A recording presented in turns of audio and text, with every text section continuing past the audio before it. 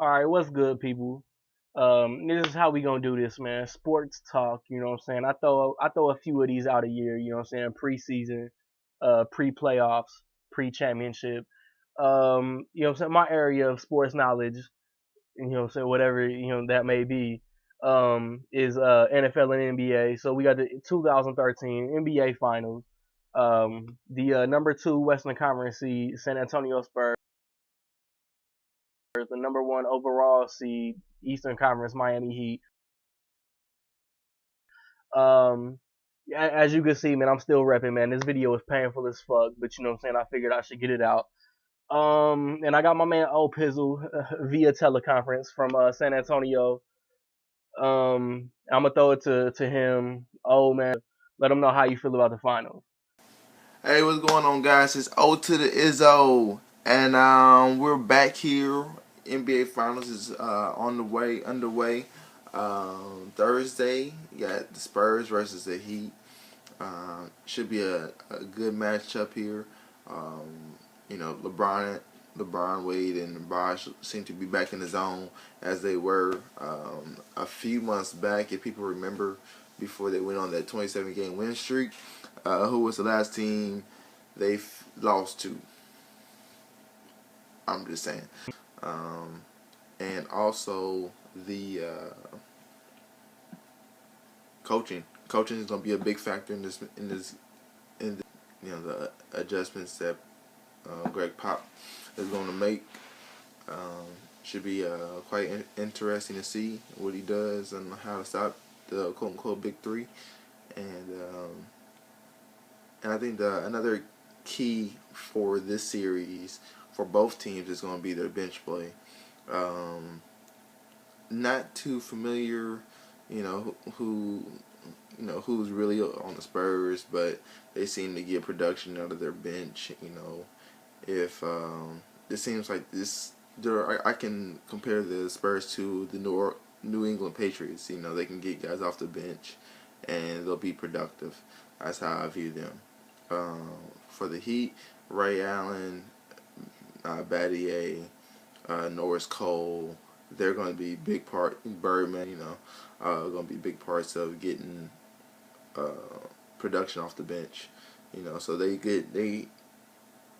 9 times out of 10 are going to need these guys to produce. So the good matches I'm looking forward to is one is it's either gonna be Haslam or Duncan. Or it's probably gonna be Bosh and Duncan, but um, you know you have probably what people say like the best post player ever in NBA history, and Duncan, and you have Bosh.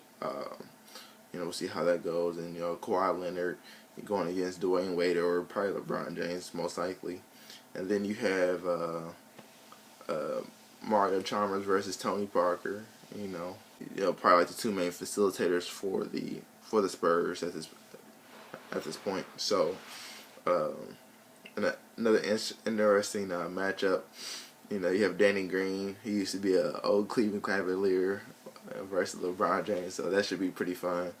I know they will be going at it. Because they were on the same team that lost to the Celtics. LeBron's last year. So. It should be good. So there you go, man. That's how O feels. I'm gonna wait till the end and I'm gonna drop his prediction. Um, My motherfucking ass though. I want to break down leading up to the finals. Let's start with the Spurs. In the first round, the San Antonio Spurs they swept the LA Lakers 4-0, and then the conference semifinals, the Spurs beat the Golden State Warriors 4 games to 2, and then in the Western Conference Finals, the San Antonio Spurs swept the Memphis Grizzlies 4 games to 0. In the Eastern Conference, the Miami Heat strictly went through the Central Division. In the first round, they swept the Milwaukee Bucks after Brandon Jennings was talking all that shit. And then in the Eastern Conference semifinals, the Miami Heat beat the Chicago Bulls, a lucky Derrick Roseless Chicago Bulls team, 4 games to 1. And in the best series of the playoffs so far, the Miami Heat beat the Indiana Pacers. 4 games of 3, 7-game series. And I want to break y'all down like the starters. All right, with the San Antonio Spurs, man, you got Duncan, you got Splitter. Like, I mean, it's not Duncan and David Robinson, but they still, you know what I'm saying, they still protect the paint. Danny Green and Tony Parker in the backcourt. Danny Green got range, man, and Tony Parker is one of the very best point guards in the entire NBA. Kawhi Leonard at small forward is coming to his own this season. Man, you got the Miami Heat. Everybody knows about the Miami Heat, man. Backcourt, they got Mario Chalmers, they got Dwayne Wade, and then in the front, Udonis Haslem, Chris Bosh, and LeBron James, man. Obviously, with Kawhi Leonard coming into his own, LeBron James still wins the small forward matchup.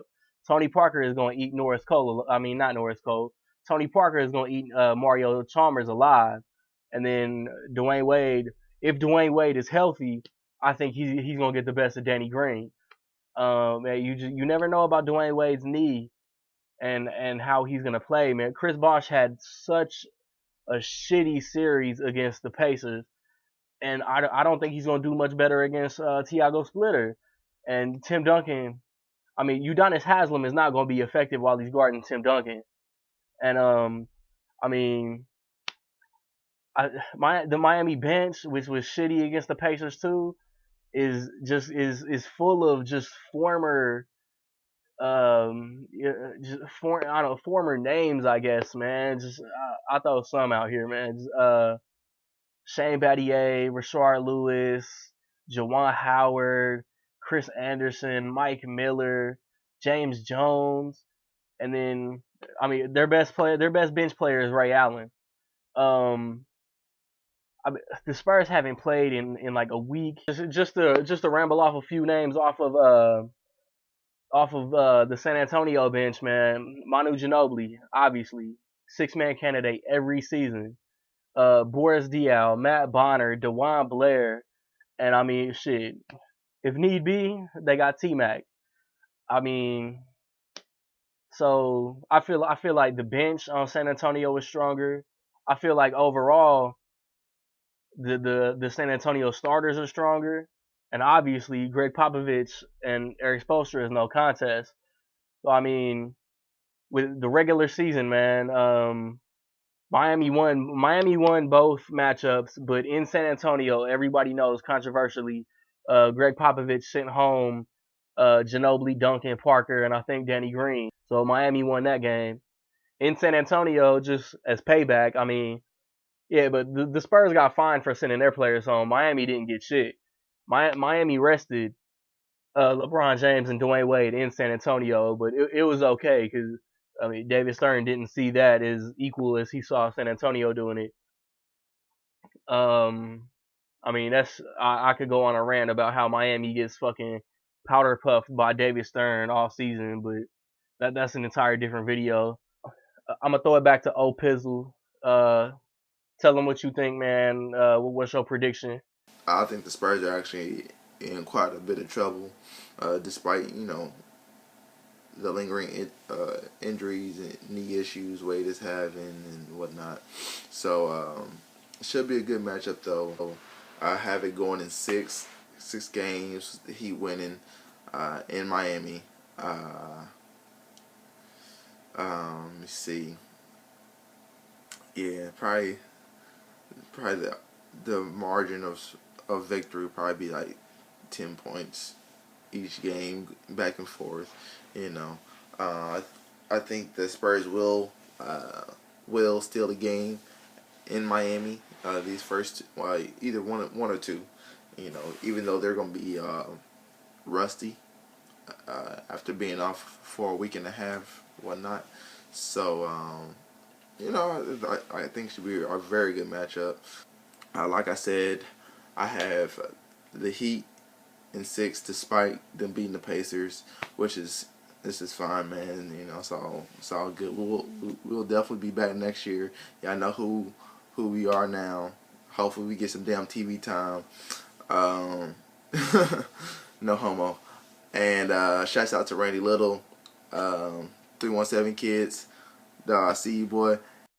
So O takes Miami 6 games. And that's funny because I take the Spurs in 6 games. I mean, just all the points I validated, man. I just think the Spurs are going to eventually be too much, and I think it's going to be damn near identical to the Eastern Conference Finals, and LeBron's going to have to do everything. It's going to be the Miami Cavaliers.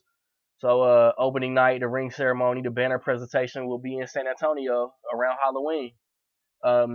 Comment, man. Let me know what y'all think. My boy Orlando, man, get on Facebook, search Good American Sports.